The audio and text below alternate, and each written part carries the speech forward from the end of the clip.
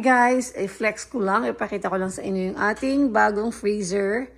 Ang nakalagay dati dito guys is yung regular na fridge sa garage. Kaso nga lang, hindi na stable yung lamig niya. Tsaka indoor kasi yun, indoor na fridge dapat. So, yan, nag-order kami ng bagong freezer.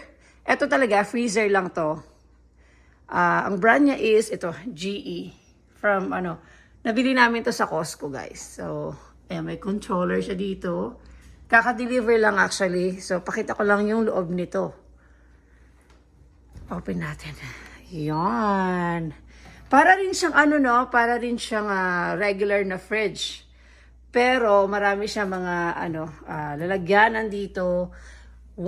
Shelf 1, 2, 3, 4, 4. Then ito yung malaki yung kanyang space. Ayan tingnan nyo. Tapos ito, meron din siyang lalagyanan dito sa baba.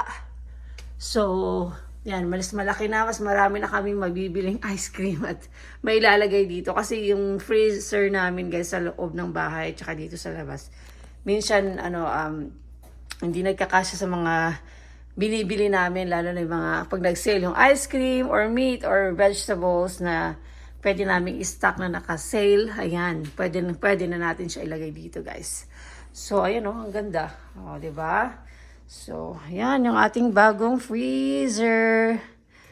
Ano lang siya, one door lang. One door usually lang naman ang freezer guys eh. Meron din pala itong guys. Ano yan? Button dito. Pwede mong i-lock or something. So, ayan guys ang ating bagong freezer.